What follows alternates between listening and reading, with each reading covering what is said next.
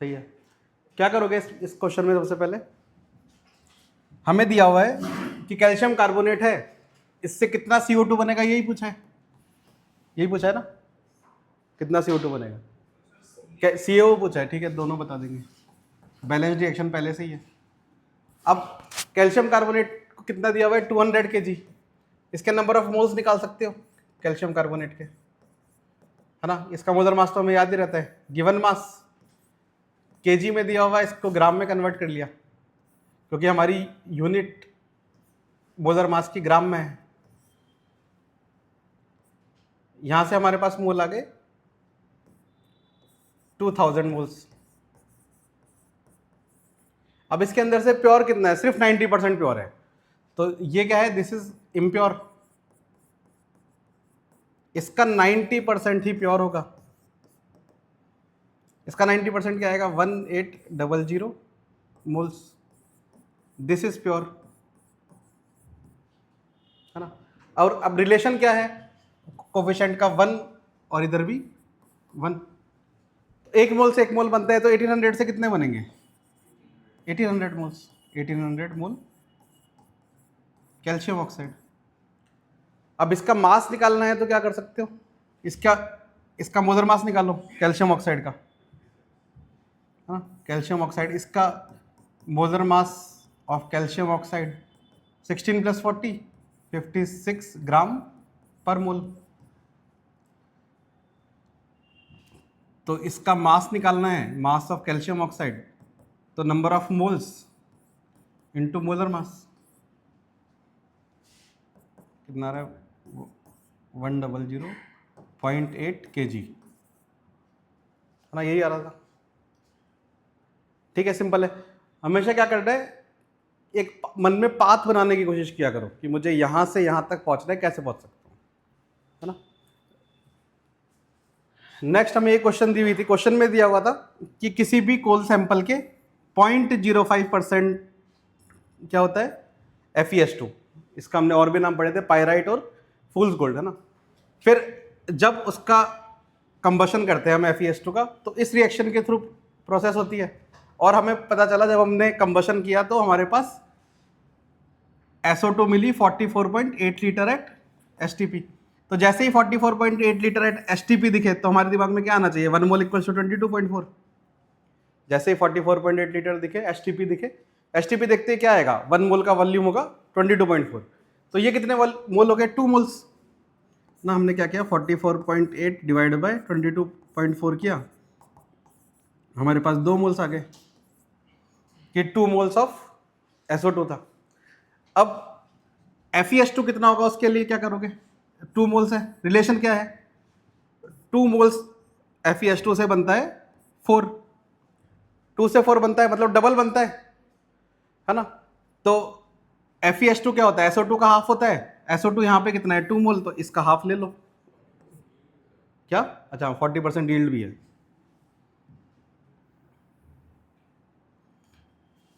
तो अच्छा, ये अब 2 मोल आया है, ये क्या है, दिस इज एन एक्चुअल, ये एक्चुअली हमें कितना मिला है, 2 मोल, और हमें मिलना कितना चाहिए था, उसके लिए हम क्या करेंगे, एक्चुअल को डिवाइड कर देंगे यील्ड से, है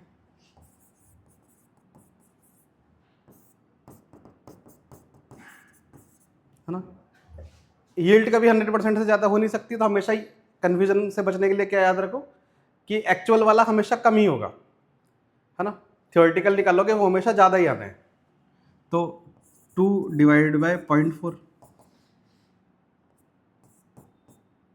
ये आ गया 5 मोल, तो एन थियोरेटिकल इज 5 मोल, 5 का आधा ये होगा FeS2, 5 का आधा कितना होगा, 2.5 मोल। अब ये 2.5 मोल क्या है, दिस इज 0.05%, तो 2.5 मोल का पहले वेट निकाल लो, यहां से मास ऑफ FeS2 क्या आ गया, 2.5 इंटू इसका मोलर मास कितना आएगा, 64 और 56,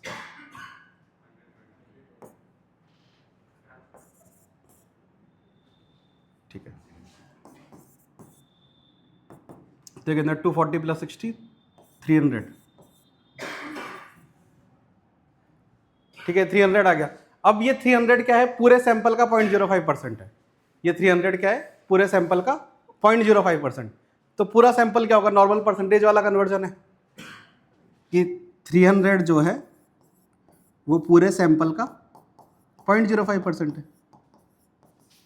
तो इसको सॉल्व कर लो, आंसर आ जाएगा। पूरा सैंपल कोल सैंपल, उसमें से 300 ग्राम FeS2 इंटू 100 0.05।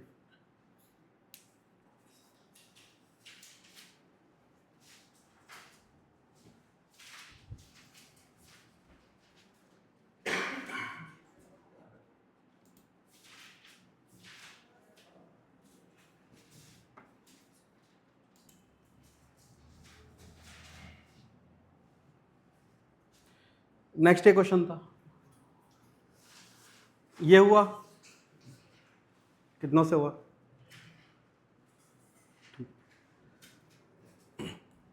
अब हमें क्या दिया हुआ है, यहाँ पे दिया हुआ है कि 256 ग्राम नेप्थलीन है हमारे पास, रिएक्शन की यील्ड 70% है, मतलब जितना बनना चाहिए था उसका 70% ही मिलेगा हमें, है ना।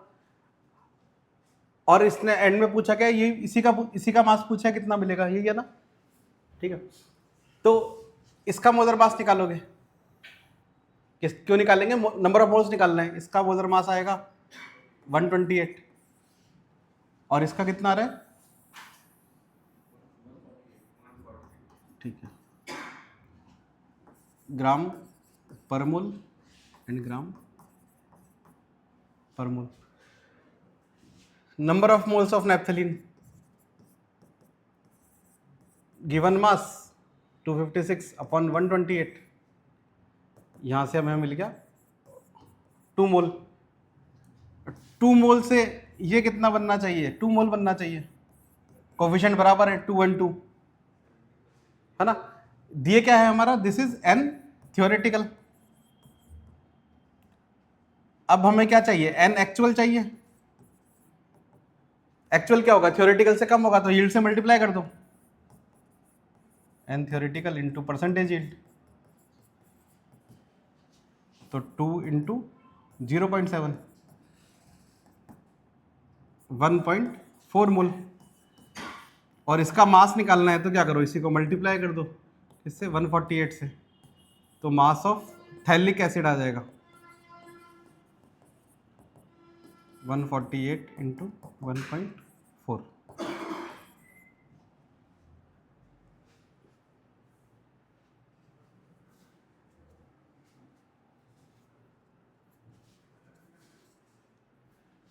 मैं जब तक इस तरह से नहीं सोचना चालू करोगे कि इतना मुझे गिवन था, यील्ड उतनी ही है तो उसका 70% ही बनेगा और उसका फिर मास निकालना, जब तक ये बात दिमाग में नहीं बनेगा तब तक क्वेश्चन नहीं होगा। कि सिर्फ सोचोगे कि सिर्फ फॉर्मूला याद करके कर लूँ तो मुश्किल हो जाएगी। जो काम 10 सेकंड में, 20 सेकंड में, 15 सेकंड में हो सकता था उसके लिए 1 मिनट 1.5 मिनट लगा दोगे, वो भी नुकसान नहीं है, टाइम का नुकसान भी, एग्जाम में टाइम वेस्ट है।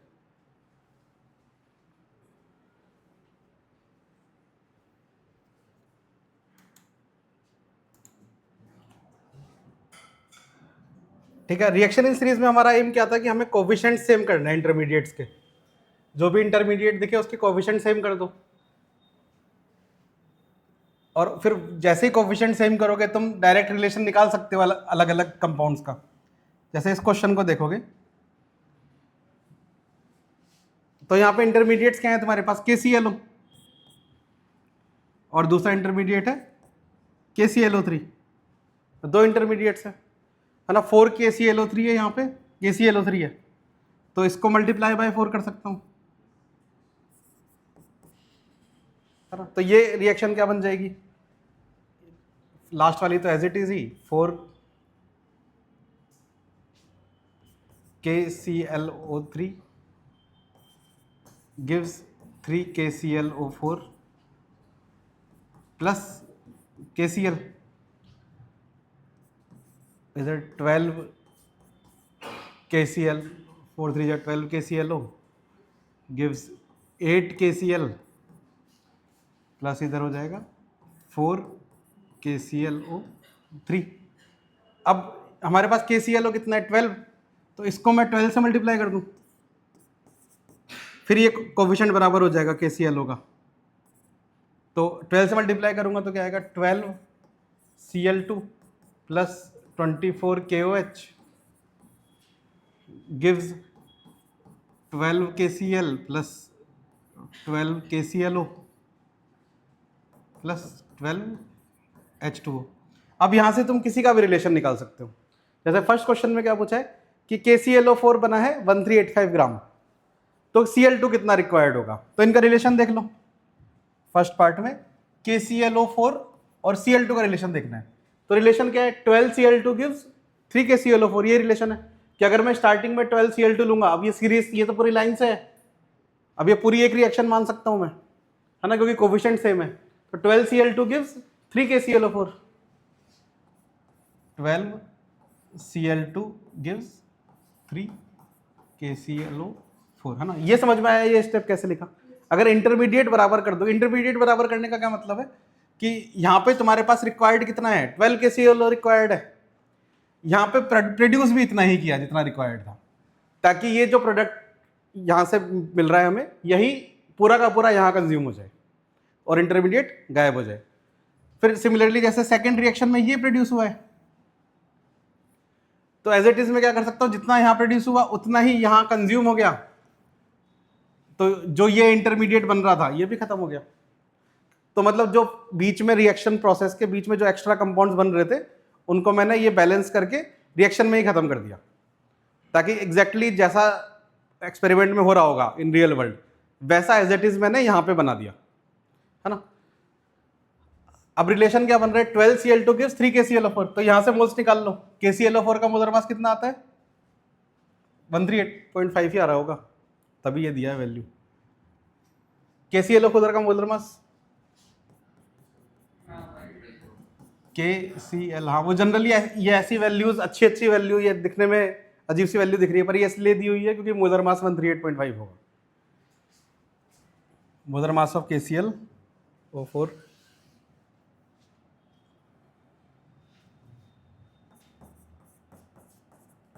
138.5। अब ये रिलेशन क्या है, अगर इसको और थोड़ा सा सिंप्लीफाई करूं तो 4 Cl2 से मुझे मिल जाएगा KClO4 का एक मोल, 4 Cl2 से मुझे मिल जाएगा, है ना। क्या डिवाइड बोथ साइड्स बाय 3 किया है, कुछ नहीं किया। इसका मास मुझे गिवन है 1385 ग्राम, तो इसके नंबर ऑफ मोल्स आ जाएंगे KClO4 138.5 डिवाइड बाय 138.5, तो यहां से मेरे पास आ गए 10 मोल, है ना। अब रिलेशन क्या है इन दोनों का, 4 मोल्स 1 मोल। 4 और 1 का रिलेशन है कि 4 Cl2 अगर मैं लेता हूं तो मेरे पास 1 KClO4 मिलता है, तो 4 टाइम्स है Cl2 क्या है 4 टाइम्स, तो 10 मोल के लिए कितना रिक्वायर्ड होगा 40 मोल। 40 मोल का मास निकाल लो। 40 इसका मास निकालने के लिए क्या करोगे, mass of Cl2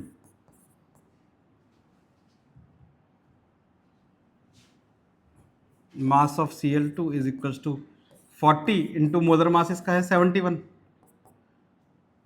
28.2840।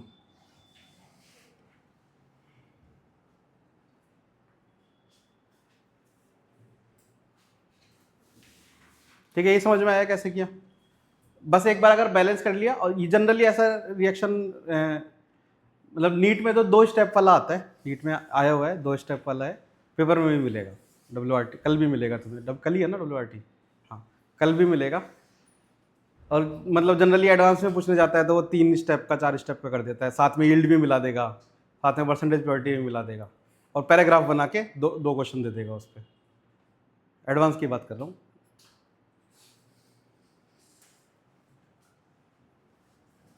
Second part में उसने क्या पूछा है कि KCl इन एवरी स्टेप बताओ, है ना।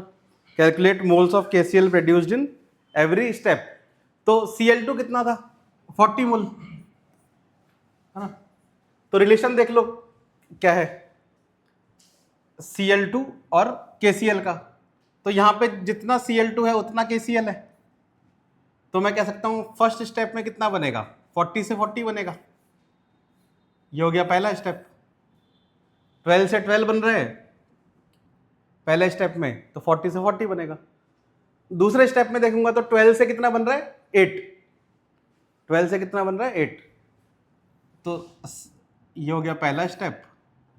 दूसरा स्टेप में हमने देखा 12 से 8 बन रहा है, इसको सिंप्लीफाई करूंगा तो मैं क्या कह सकता हूं 3 से 2 बन रहा है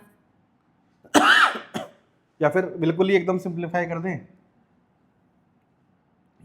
तो 1 से बन रहा है 2/3, तो 40 से कितना बनेगा 40 इंटू 2/3,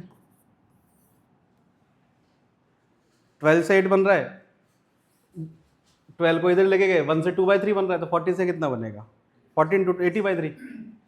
ऐसे ही थर्ड स्टेप में कितना बनेगा, तो 12 से बन रहा है 1, मतलब 1/12 बन रहा है, 12 अगर स्टार्टिंग में लिया तो उससे बना 12 से 1 ही है ना, हाँ 12 अगर स्टार्टिंग में लिया तो उससे 1 बन रहा है, तो 1 से कितना बनेगा 1/12, तो 40 से कितना बनेगा 40/12, तो थर्ड स्टेप में आ गया 10/3।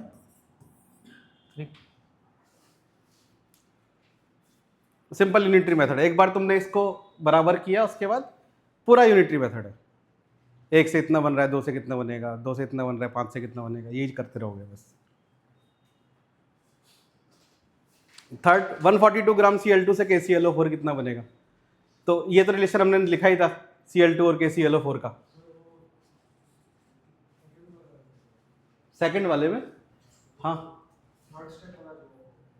थर्ड स्टेप में, तो स्टार्टिंग में 12 Cl2 था, तब लास्ट स्टेप में KCl कितना मिला मुझे 1, तो मैंने लिखा 12 से 1 मिलेगा।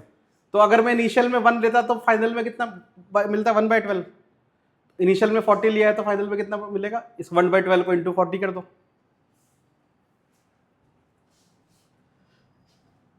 थर्ड स्टेप का हमें रिलेशन तो पता ही है, 4 Cl2 से हमें मिलता है कि 1 KClO4, ये हमारे पास रिलेशन है ही, और हमें 142 ग्राम Cl2 का मतलब क्या है 2 मोल, तो 4 से 1 मिलता है तो 2 से कितना मिलेगा 1/2 मोल KClO4, मोलर मास से मल्टीप्लाई कर दोगे आंसर आ जाएगा।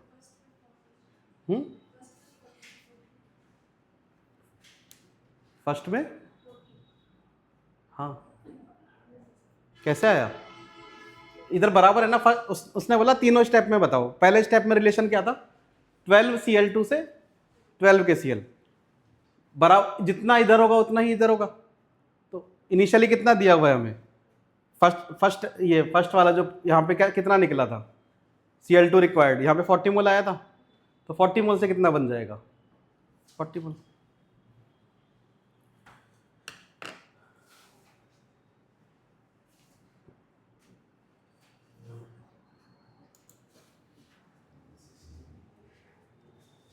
हो गया सबका। तो नेक्स्ट टॉपिक लिखो principle of atom conservation, next topic है प्रिंसिपल ऑफ एटम कंजर्वेशन।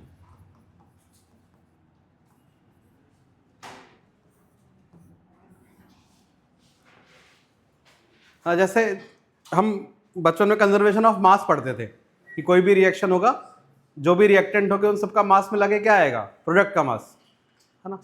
वो कॉन्सेप्ट किस पे बेस्ड एक्चुअली में, प्रिंसिपल ऑफ एटम कंजर्वेशन पे, कि कॉन्सेप्ट है एटम को ना क्रिएट कर सकते हो ना डिस्ट्रॉय कर सकते हो, कोई भी केमिकल रिएक्शन होगा वहाँ पे ना तो तुम्हारा कोई भी एटम डिस्ट्रॉय होगा ना कोई नया एटम बनेगा, तो जो भी जितने भी एटम्स स्टार्टिंग में थे उतने ही एटम्स तुम्हें एंड में मिलेंगे हर एलिमेंट्स के, कि अगर रिएक्शन के स्टार्टिंग में तुम्हारे पास 5 एटम्स मान लो ऑक्सीजन के थे, तो रिएक्शन के एंड में भी तुम्हारे पास 5 एटम्स ऑफ ऑक्सीजन रहेंगे। रिएक्शन के स्टार्टिंग में अगर 2 एटम्स थे क्लोरीन के, तो फाइनल जो भी प्रोडक्ट्स मिलेंगे उसमें भी 2 एटम होंगे, ना 3 ना 1, एग्जैक्टली 2 से 2, 4 से 4, है ना 5। तो प्रिंसिपल ऑफ एटम कंजर्वेशन के लिए एक एग्जांपल से समझते हैं, जैसे हाँ बताया था ना अभी 42 kg, अब प्रिंसिपल ऑफ एटम कंजर्वेशन को हम एक एग्जांपल से देखते हैं। जैसे हमने ये रिएक्शन लिखी थी KClO3, यहां से एक बनाया KClO और एक बनाया O2, है ना। तो प्रिंसिपल ऑफ एटम कंजर्वेशन कहता है कि स्टार्टिंग में जितने एटम्स होंगे पोटेशियम के उतने ही एंड में होंगे, स्टार्टिंग में जितने क्लोरीन के एटम्स होंगे उतने ही एंड में होंगे, स्टार्टिंग में जितने ऑक्सीजन के एटम्स होंगे उतने ही एंड में होंगे, है ना। तो मैं लिख रहा हूं, जैसे मैंने अगर प्रिंसिपल ऑफ एटम कंजर्वेशन लगाया,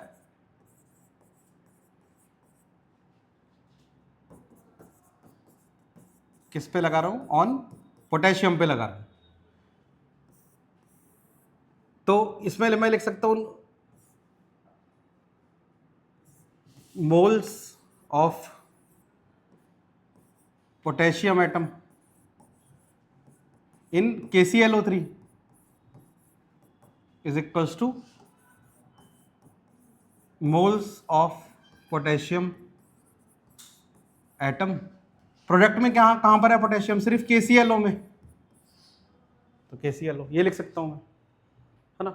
अब number of moles of potassium atom कितने होंगे, इस एक मॉलिक्यूल में कितने पोटेशियम है, एक, तो एटॉमिसिटी क्या है 1 into number of moles of KClO3, ये number of moles of KClO3 और एक KClO3 में एक पोटेशियम होता है, इसलिए इंटू 1, इसको मैं इक्वल टू लिख सकता हूं 1 into number of moles of KCl, ये लिख सकता हूं, है ना। तो इससे मेरे पास एक रिलेशन क्या मिल गया कि जितने नंबर ऑफ मोल्स KClO3 के होंगे रिएक्टेंट में उतने ही प्रोडक्ट मिलेगा KCl। वो तुम इसको बैलेंस्ड इक्वेशन में भी ऑब्जर्व कर सकते हो, है ना, कि इसका कोएफिशिएंट 1 है तो इसका भी कोएफिशिएंट 1 है।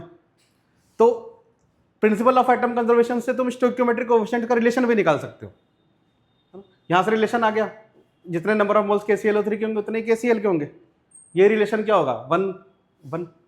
ऐसे ही मैं किसी और पे भी लगा सकता हूँ, प्रिंसिपल ऑफ एटम कंजर्वेशन मैंने लगा लिया, चलो क्लोरीन पे तो सेम रिलेशन ही आएगा, ऑक्सीजन पे लगा लेते हैं, on oxygen.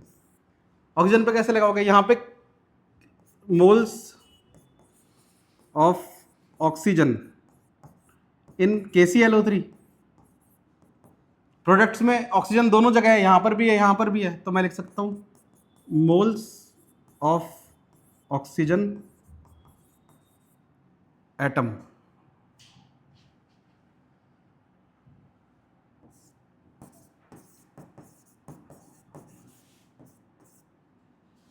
In KClO plus इसके ऑक्सीजन एटम्स और किसके जोड़ दूं इसके साथ, moles of oxygen atom in O2। यहां से क्या आ जाएगा, अब इसके एक मॉलिक्यूल में कितने ऑक्सीजन दिख रहे हैं 3, एटॉमिसिटी 3 है, तो 3 into number of moles of KClO3, ये 3 क्या है, ये 3 मैंने लिखा है atomicity of O in KClO3, कि टोटल नंबर ऑफ मोल्स 3 से मल्टीप्लाई करूंगा तो ऑक्सीजन एटम्स आ जाएंगे, 1 into number of moles of KClO plus 2 into number of moles of O2।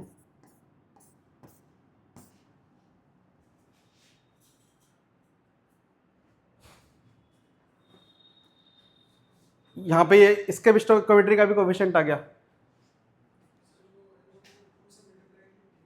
इसको वही तो, ये एटॉमिसिटी है ना। देखो number of moles of O2 का क्या मतलब है कि ऑक्सीजन के कितने मोल्स हैं, अब उसके अंदर मुझे एटम्स निकालने हैं, तो मैं एक मॉलिक्यूल में कितने एटम होंगे देखूंगा, तो अगर O2 को देखोगे तो इसके एक मॉलिक्यूल के अंदर 2 ऑक्सीजन के एटम है, एटॉमिसिटी क्या है वही तो लिखा है, एटॉमिसिटी क्या है 2, एक मोल में एक मोल को इंटू 2 करूंगा तो एटम्स आ जाएंगे ऑक्सीजन के।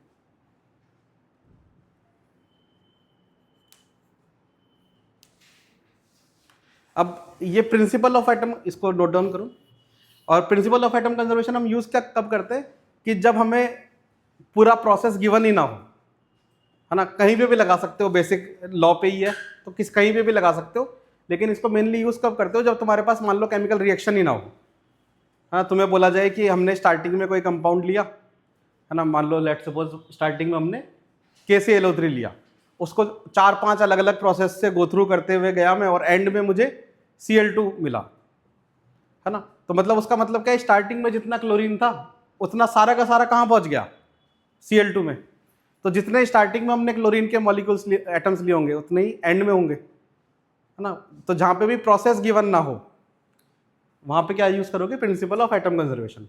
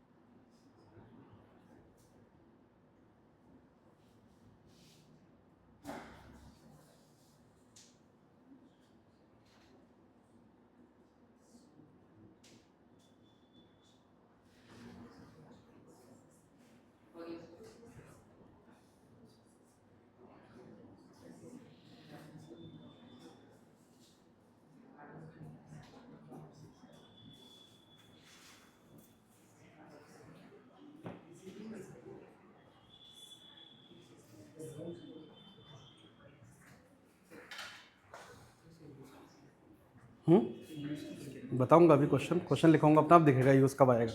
क्वेश्चन देखते ही पता लग जाएगा ये यूज करना है।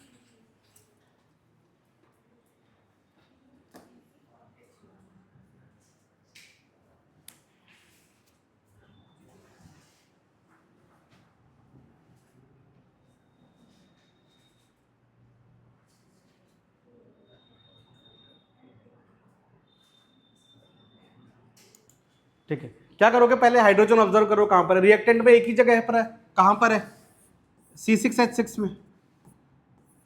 तो कितने हाइड्रोजन होंगे, जितने नंबर ऑफ मोल्स है इनटू 6। प्रोडक्ट में कहां पर है, सिर्फ इस जगह पर हाइड्रोजन है, तो नंबर ऑफ मोल्स H2O के जितने भी होंगे उसके अंदर इंटू 2 कर देंगे, क्योंकि यहाँ पे हाइड्रोजन कितना है, एक मोल में 2। ऐसे ऑक्सीजन पे करोगे तो यहाँ पे कितने हैं, 2 into number of moles of O2। अब यहाँ पे ऑक्सीजन दोनों जगह पर है तो दोनों को लेंगे, 1 into number of moles of CO2 plus इधर 1 into number of moles of H2O। Clear, अच्छा हाँ ठीक है ठीक है।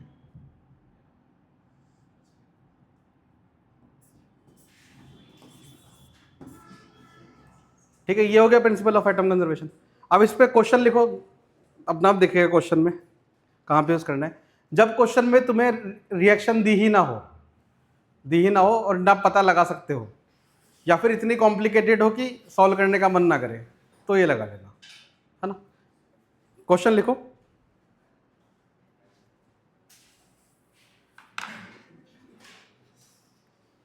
.24 gram of KNO3, 24 gram of KNO3 undergoes series of reaction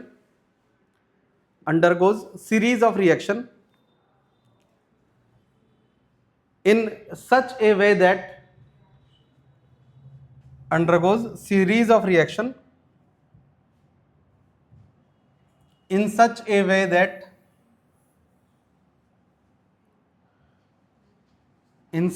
that all the nitrogen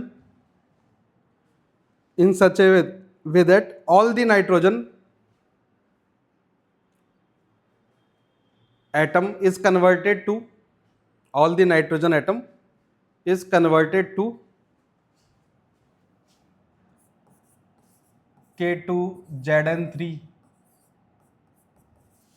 FeCN6 का whole twice. All the nitrogen is converted to, फिर ये मॉलिक्यूल दिया हुआ है बड़ा सा, K2Zn3 FeCN6 का होल ट्वाइस ना. Full stop. Find mass of complex produced. Find mass of complex produced.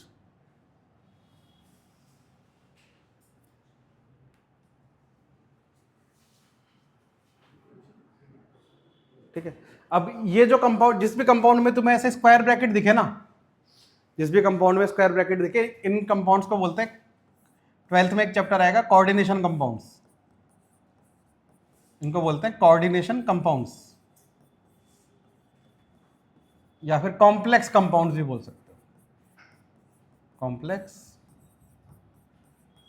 Compounds भी बोल सकते हो, है ना. अब प्रिंसिपल ऑफ एटम कंजर्वेशन लगाने का सबसे बड़ा हिंट क्या दिखेगा तुम्हें? क्वेश्चन पढ़ो, उसके अंदर लिखा हुआ है all the nitrogen atom is converted into, है ना. क्वेश्चन ने बोला कि जितना भी KNO3 लिया उसके साथ एक बहुत ही लंबी कुछ कुछ प्रोसेस करी, और जितना भी नाइट्रोजन एटम था सारा कहां पर आ गया? यहां पे. तो जितना भी इनिशियल में मैंने नाइट्रोजन एटम्स लिए थे सारे के सारे यहां प्रेजेंट है, तो मैं प्रिंसिपल ऑफ एटम कंजर्वेशन लगा सकता हूं. तो हमें दिया क्या हुआ है? हमारे पास KNO3 है, कितना है? 24.24 ग्राम, और इसके साथ हमने कुछ कुछ तो प्रोसेस करी है. अब वो प्रोसेस के एंड में हमें मिल गया है ये कॉम्प्लेक्स. हमने जो भी प्रोसेस करी है उसके एंड में हमें ये कॉम्प्लेक्स मिला है K2Zn3 और इसको लोग फेरोसाइनाइड बोलते हैं वैसे तो. ठीक है. ये अब इसे प्रिंसिपल ऑफ एटम कंजर्वेशन लगा सकते हो. Number of moles into atomicity is equals to number of moles into atomicity. इसकी एटॉमिसिटी पता है, इसकी एटॉमिसिटी और नंबर ऑफ मोल्स पता है, इसके नंबर ऑफ मोल्स आ जाएंगे. तो क्वेश्चन देखने में ऐसा लगेगा क्या है ये, कंपाउंड देख के डर लगा होगा ना एक बार, है ना. पर हिंट कहाँ मिला है? All the nitrogen atoms is converted. जहां पे भी ये वर्डिंग्स दिखे ना, all the nitrogen atom converted, all the chlorine atom is converted, वहां पे यही करना है ना. जनरली तुम्हें क्वेश्चंस ऐसे अगर देते हैं तो वो मोलर मास देते हैं बड़ी चीज़ों का, छोटी चीज़ों का नहीं देते. जैसे इसमें कॉम्प्लेक्स बड़ा सा कंपाउंड दिया हुआ है तो वो तुम्हारा टाइम वेस्ट नहीं करवाना चाहेंगे पेपर में भी मास निकालने के लिए. तो जनरली गिवन रहता है, एडवांस में तो खासकर गिवन रहता है, नीट में भी गिवन रहता है. नहीं तो एटलीस्ट वो सबके मोलर, ईच एलिमेंट के मोलर मास तो दे ही देंगे, है ना. तो इसमें ले low molar mass of complex 698 ग्राम, है ना. Assume molar mass of complex 698 ग्राम. क्या करोगे इसमें? हमें relation principle of atom conservation लगाने से आ जाएगा. क्वेश्चन में ही लिखा हुआ है कि प्रिंसिपल ऑफ एटम कंजर्वेशन किस पे लगाना है? नाइट्रोजन पे. All the nitrogen atoms are converted लिखा है, इसका मतलब प्रिंसिपल ऑफ एटम कंजर्वेशन लगा दो. तो 1 into number of moles of KNO3 is equal to, इसकी एटॉमिसिटी देखोगे तो नाइट्रोजन CN6 है, और ऐसा कितना है? into 2, तो nitrogen is 12. Number of moles of complex, है ना. कितना नाइट्रोजन है यहाँ पे? 6 2 जा 12.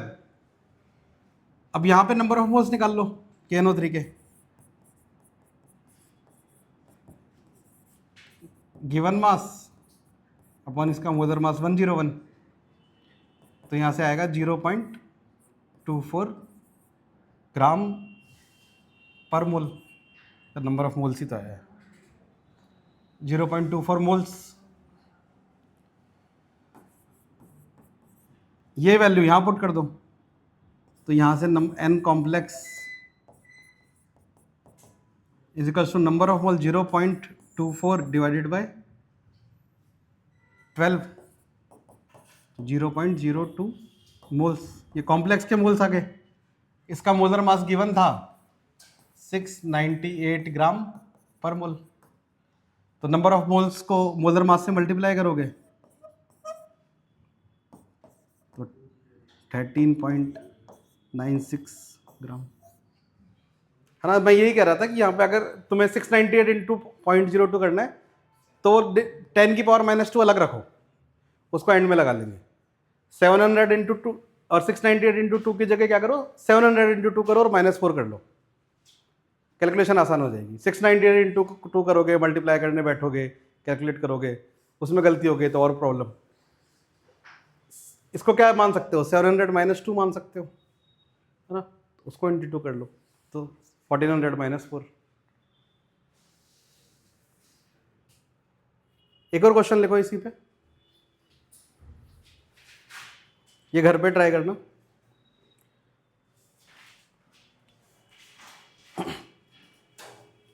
Calculate percentage of phosphorus, calculate percentage of phosphorus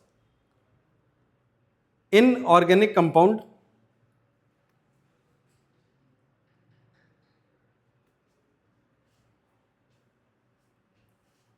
comma if 45.6 gram of this compound, if 45.6 gram of this compound is subjected to first HNO3, is subjected to first HNO3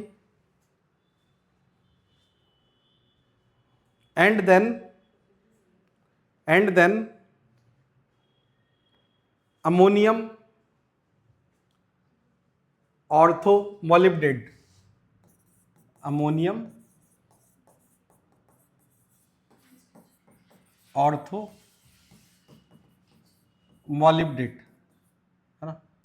इसका formula है NH4 का whole twice MoO4, ammonium मॉलिब्डेट।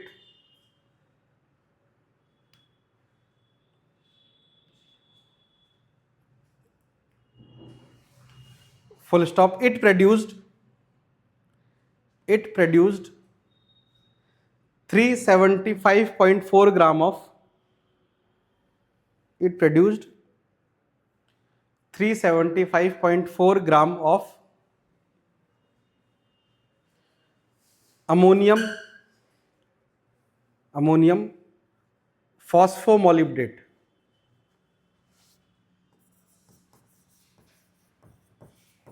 ammonium phosphomolybdate, full stop। assume no phosphorus,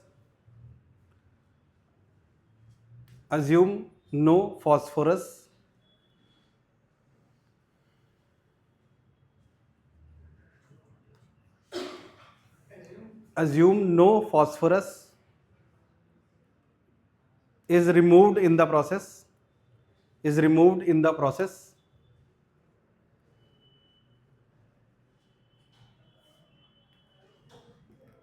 full stop। take molar mass of ammonium phosphomolybdate as, take molar mass of ammonium phosphomolybdate as 1877 gram per mole, 1877 gram per mole।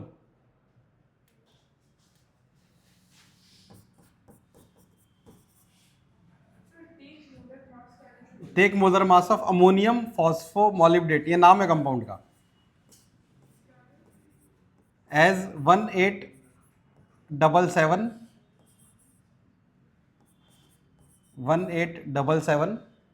Gram per मोल।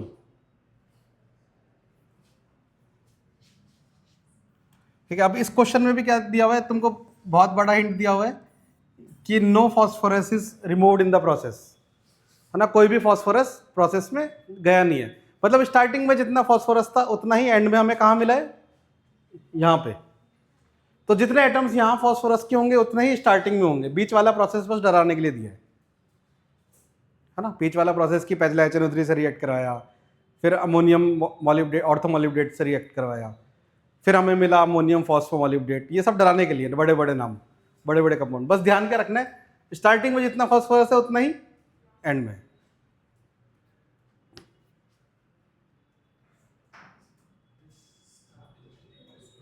ना, organic compound में जितना phosphorus था उतना ही यहां पर है, तो यहां पे कितना फॉस्फोरस आएगा निकाल सकते हो, है ना। और उसके बाद उसने क्या बोला हुआ है कि percentage of phosphorus in organic compound बताना है।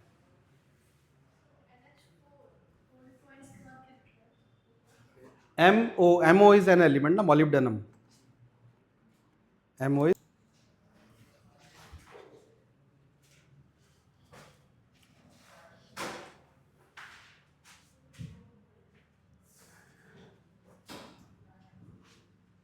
अब इसके बाद जो टाइप 5 हम करने वाले हैं, इसको हम प्रिंसिपल ऑफ एटम कंजर्वेशन से ही करेंगे। इसको जैसे हमने रिएक्शन इन सीरीज किया था वैसे this is reaction in parallel, इसको बोलते हैं रिएक्शन इन पैरेलल। अब रिएक्शन इन पैरेलल किस तरह के दिखेंगे तुम्हें कि एक ही चैम्बर में दो रिएक्शंस हो रही है, दोनों एक साथ। फॉर एग्जांपल कि तुमने किसी चैम्बर में कार्बन लिया और उसको O2 से रिएक्ट करवाया, है ना, क्लोज्ड कंटेनर है, और इसी में एक साथ दो प्रोसेस हो रही है, कार्बन मोनोऑक्साइड भी बन रहा है और कार्बन डाइऑक्साइड भी बन रहा है, दोनों साथ साथ बन रहे हैं। इसको क्या बोला, सीरीज क्या बोला था, पहले एक रिएक्शन हुई, फिर उसके प्रोडक्ट से दूसरी हुई, फिर उसके प्रोडक्ट से तीसरी हुई। पैरेलल में क्या है, दोनों प्रोसेस साथ में हो रही है, साइमल्टेनियस हो रही है दोनों प्रोसेस। अब इसको सब काटने का सबसे आसान तरीका है principle of atom conservation. Principle of atom conservation हमें क्या कहता है कि जितने एटम्स कार्बन के लिए होंगे उतने ही इन दोनों को मिला के होंगे, जितने एटम्स ऑक्सीजन के लिए होंगे उतने ही इन दोनों को मिला के होंगे। यही कहता है प्रिंसिपल ऑफ एटम कंजर्वेशन कि कार्बन का अगर यहाँ पे 10 एटम है तो CO प्लस CO2 के एटम्स मिला के कार्बन के 10 ही होने चाहिए। अगर O2 के हमने, ऑक्सीजन के हमने टोटल मान लो 20 एटम्स लिए हैं, तो ये और ये दोनों मिला के कितने होने चाहिए, 20, है ना। तो हम क्या कर रहे हैं, इस पे प्रिंसिपल ऑफ एटम कंजर्वेशन लगा रहे हैं। लेट सपोज हमें गिवन है, इसके हमारे पास हैं 10 मोल्स कार्बन के और इसके हमारे पास है 9 मोल्स, और हमसे पूछा जाएगा कि कार्बन मोनोऑक्साइड कितना बनेगा और कार्बन डाइऑक्साइड कितना बनेगा, है ना। तो ऐसे क्वेश्चंस में हम क्या करेंगे, अज्यूम कर लो ये x बनेगा और ये y बनेगा और प्रिंसिपल ऑफ एटम कंजर्वेशन लगा दो। जैसे अगर मैं principle of atom conservation on carbon लगाऊंगा तो मैं क्या कह सकता हूं, कार्बन के कितने मोल है, 10 मोल। कार्बन के कितने मोल है, 10 मोल। यहाँ पे लिख लेते हैं, number of moles of carbon is equals to number of moles of CO plus number of moles of CO2। दोनों की एटॉमिसिटी 1 1 है, तो यहां से मैं लिख सकता हूं 10 is equals to x plus y। ऐसे ही अगर ऑक्सीजन पे लगाऊंगा प्रिंसिपल ऑफ एटम कंजर्वेशन, तो मैं यहां पे क्या कह सकता हूं कि 2 into number of moles of O2 is equals to number of moles of oxygen CO plus 2 into number of moles of CO2। तो यहां से मैं लिख सकता हूं 2 into 9 18 is equals to x plus 2y। तो मेरे पास दो इक्वेशन आ गई, एक है हम मेरे पास 18 is equals to x plus 2y और दूसरी equation x plus y equals to 10। दो इक्वेशन दो वेरिएबल, इनको सॉल्व कर लो। एक equation x plus y equals to 10 और एक है x plus 2y is equals to 18। इनको सॉल्व कर लो, इसको माइनस ले लो, ये आ गया हमारे पास y इज इक्वल्स टू 8 और x इक्वल्स टू आ जाएगा 2। हाँ, तो जो सुनने में कॉम्प्लिकेटेड क्वेश्चन था वो बहुत आसान हो गया इससे।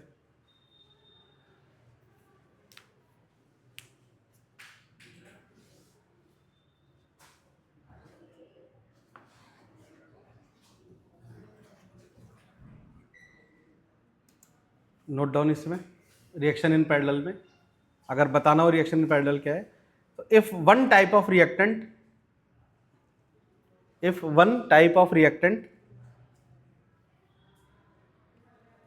Produce two or more than two product, produce two or more than two product with different rate,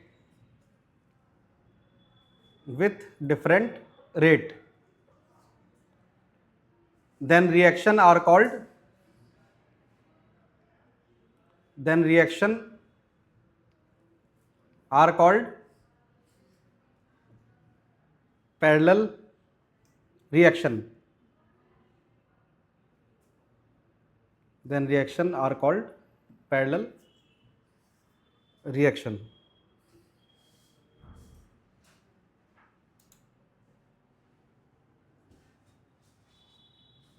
ये रिएक्शंस नोट डाउन करो और लिखो कैलकुलेट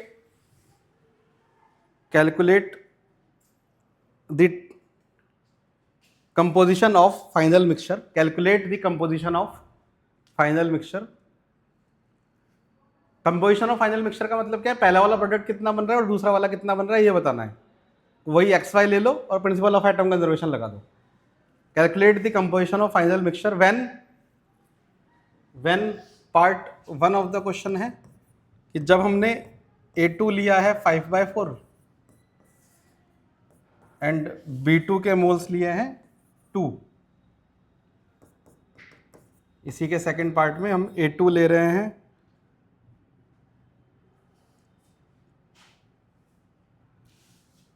7/2 एंड B2 ले रहे हैं 6 एंड इसी के थर्ड पार्ट में हम A2 ले रहे हैं 4 एंड B2 इज 6।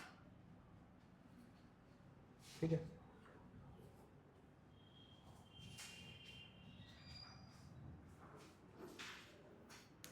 तीनों में अलग अलग है। क्या मतलब अगर मैं समराइज करूं रिएक्शन क्या है, A2 प्लस B2 की ही रिएक्शन है और ये दो अलग अलग प्रोडक्ट बना रही है, A2B4 एंड A3B4। क्या करोगे, इसको X ले लो, इसको Y ले लो और इसके अलग अलग वैल्यूज तुम्हें अलग अलग पार्ट्स में दी हुई हैं। क्या लगाना है, प्रिंसिपल ऑफ एटम कंजर्वेशन। जो X और Y आ जाएगा यही क्या होगा, मिक्सचर का composition.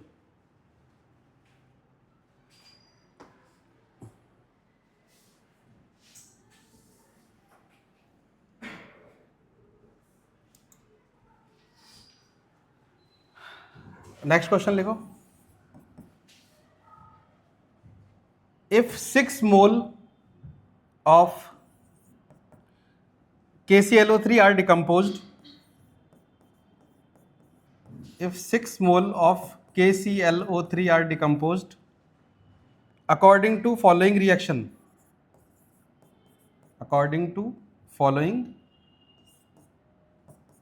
reaction, then calculate moles of KClO4, then calculate moles of KClO4 if mole of O2 produced are 3, if mole of O2 produced are 3, calculate moles of KClO4 if mole of O2 produced are 3। यहां पे भी वही, अगर reactant same दिख रहे हैं मतलब क्या है, रिएक्शन इन पैरेलल। अब इसमें तुम्हें XYZ लेना पड़ेगा। एक O2 कितना बन रहा है वो दिया हुआ है, बाकी तीनों को XYZ ले लो और 3 एलिमेंट है तुम्हारे पास, एक K है, एक Cl है, एक O3 है। तीनों पे प्रिंसिपल ऑफ एटम कंजर्वेशन लगा लो।